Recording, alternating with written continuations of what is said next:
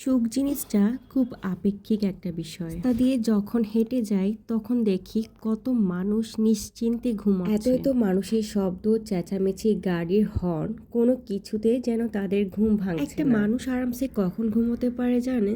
যখন সেই মন থেকে প্রকৃতভাবে সুখী থাকে। টাকা ছাড়া পুরো দুনিয়াটাই অচল।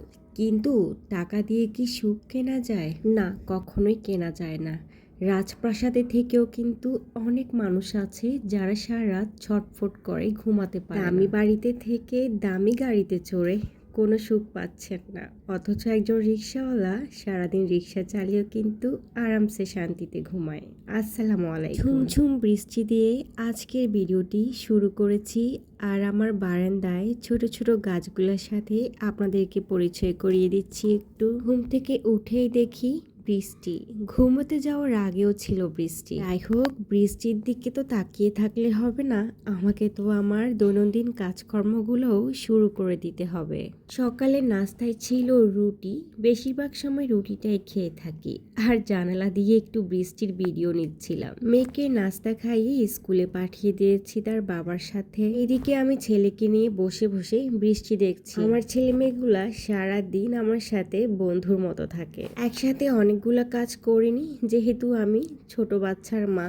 আমি চাইলেও আস্তে আস্তে ধীরে ধীরে গুছিয়ে কিন্তু সব কাজ করতে পারি না। ঘরটা ঝাড়ু দেওয়ার আগে মাছটা আমি পরিষ্কার করে রেখেছি আর সবজিটাও কেটে রেখেছিলাম। দেখে নেওয়া যাক আজকে কি কি রান্না করছি। রুই মাছ দিয়ে বেগুনের ঝোল করব, সাথে করব হেলেঞ্চা শাক ভাজি। রুই মাছগুলো একটু হলুদ মরিচ মাখিয়ে নিচ্ছি, এরপর ভেজে নেব। আমি খুব গুছিয়ে কাজ করতে পছন্দ করি, কিন্তু পারি না। আর তার একটাই কারণ, আমার ছেলের জন্য। আমার ছেলে আমাকে ছাড়া একটা সিঙ্গেল সেকেন্ডও কাটাতে চায় না। ঠিক বিকেল 5টা পর্যন্ত ওকে আমার কাছে রাখতে হয়, যতক্ষণ না সে ঘুমোচ্ছে। ও খুবই কান্নাকাটি করে। আমি যতটা সম্ভব চেষ্টা করি আমার ছেলেকে কান্না না করিয়ে থাকতে। পরেও কোনো না কোনো কাজ করতে গেলে দেখা যায় যে ও কান্নাকাটি ঠিকই করে। যেমন এই যে ওকে আমি ঘুম পাড়িয়ে ভয়েস দিতে অন্য রুমে গিয়েছিলাম, বাট ও 5 মিনিটের মধ্যে ঘুম থেকে উঠে গিয়েছে।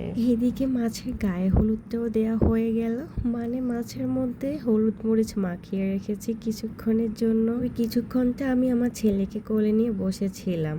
আর এখন বিশ্বাস করবেন কিনা জানি না, ওকে কোলে নিয়ে কিন্তু আমি পাইপের মধ্যে মাছগুলো ভাজতে দিচ্ছি। যথাসম্ভব চেষ্টা করি ওকে কোলে নিয়ে সব কাজগুলো করার, তবে কিছু তো কাজ থেকে যায় যেগুলো ওকে কোলে নিয়ে কখনোই করা পসিবল হয় না। এই যে মাছগুলোকে আমি উল্টে পাল্টে ভালোভাবে কিন্তু ভেজে নিচ্ছি। কি আর করা, এখনই তো সময় বাচ্চাকে কাছে রাখার।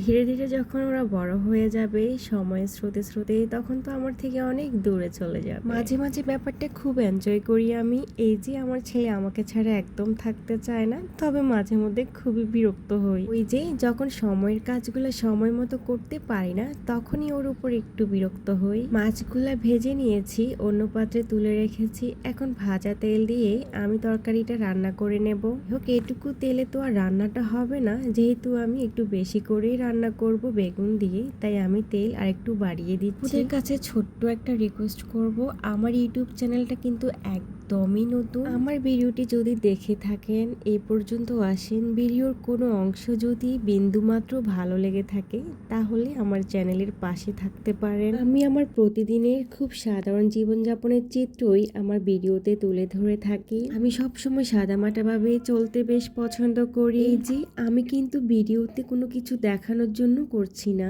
আমি যেভাবে চলি ওটাই আমার ভিডিওতে তুলে ধরি। আমি যেভাবে থাকি সেটাই আপনাদের সাথে শেয়ার করি। এভাবেই আমি ইউটিউবে থাকবো। আমার চ্যানেলটা যদি কখনো মনিটাইজেশন পায় তো পাবে, আর না হলে পাবে না। বলতে মানুষকে দেখানোর জন্য এত রূপসজ্জা, এত চাকচিক্য জাঁকজমক আমি করতে পারবো না। এই পাতিলটা এবারে একটু নামিয়ে রেখেছি। আমি বেশিরভাগ সময় এই কাজটাই করি, একটু রান্না করে আমি ওই পাতিলটা রেখে দিই, তারপর আরেকটা রান্না শুরু করে দিই। এদিকে অন্য চলে তো ভাত বসিয়ে দিয়েছিলাম। এখন আমি হেলেঞ্চা শাকটা ভেজে নিচ্ছি। রামগঞ্জের রাস্তাঘাটে পুকুর পাড়ে কুড়ে কুড়িয়ে পাওয়া এই হেলেঞ্চা শাকটা প্রায় সময় আমি কিনে খাই। ওই দিন আমার আম্মু বাসায় এসে বলতেছে এই শাকটাও কিনে খেতে হয়, আমাকে বললেই হতো, আমি বাড়ি থেকে আসার সময় নিয়ে আসতাম। না কার কাছে কেমন লাগে, তবে আমার কাছে এই শাক ভাজা বেশ ভালো লাগে। শুকনো মরিচ দিয়ে সব সময় আমি যে কোনো ধরনের শাক ভেজে থাকি, আর শুকনো মরিচের শাক ভাজাটাই কিন্তু বেশি মজা লাগে। এদিকে রান্না করতে করতে আমার মেয়ের হুজুর চলে আসছিল, ভালোই হলো। মাঝে মধ্যে হুজুর দেখি 11টা 12টা করেও চলে আসে, মাঝে মাঝে আবার বিকেলের টাইমেও আসে, তবে আমার কোনো সমস্যা নেই তাতে, ওনার সুবিধা মতোই উনি এসে পড়িয়ে যায়। আর হ্যাঁ, কথা বলতে বলতে তো শাকটা ভেজেই ফেললাম, আর এই শাক ভাজা তো এমনি এমনি খাওয়া যাবে, কত অল্প পরিমাণে হয়েছে দেখুন। শাকটা আমি একটা প্লেটে তুলে রাখলাম,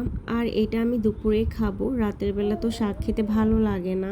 এইদিকে তরকারি পাতিলটা আবার চুলায় বসিয়ে দিয়েছি, আর এখন বেগুনগুলাকেও কিন্তু কেটে আমি মশলার মধ্যে দিয়ে দিলাম। লম্বা বেগুন দিয়ে মাছ রান্না করলে বেশ মজা লাগে খেতে। প্রথমে বেগুনটা ভালোভাবে মশলার সাথে 5 মিনিটের মতো কষিয়ে নেব, তারপর মাছ দিয়ে আরো কিছুক্ষণের জন্য কষিয়ে নেব। যাই হোক, কষানোর ক্ষেত্রে কিন্তু আমি একটু পানি দিচ্ছি না, কারণ বেগুন থেকে পানি বের হয়। এভাবে রুই মাছ দিয়ে বেগুনের ঝোল খেতে কারা কারা পছন্দ করেন অবশ্যই কিন্তু কমেন্টস করবেন। চুলার আঁচটা একদম কমিয়ে কষিয়ে নিয়েছি, এরপর কষানো হয়ে গেলে ঝোল দিয়ে দিয়েছি। কান্নাকাটি করিয়ে রান্নাটা কিন্তু করে নিলাম। তো যাই হোক, এখন বিকেল বেলা, আর বিকেলে আজকে ছোলা মুড়ি খেয়েছি, অনেকদিন পরে ছোলা মুড়ি খেলাম, তাই একটু ভালো লেগেছিল খেতে। রাতের দিকে মেয়ের টিফিনের জন্য একটা ফাউন্ড কেক বানিয়ে রাখলাম। যাই হোক, কথা বলতে বলতে ভিডিওর একদম শেষ পর্যায়ে কিন্তু চলে আসছি। কেমন লেগেছে আজকের ভিডিওটি অবশ্যই কমেন্টস করে জানাবেন। ছুটির দিনে একটু শাড়ি পরে আয়নায় নিজেকে দেখছিলাম।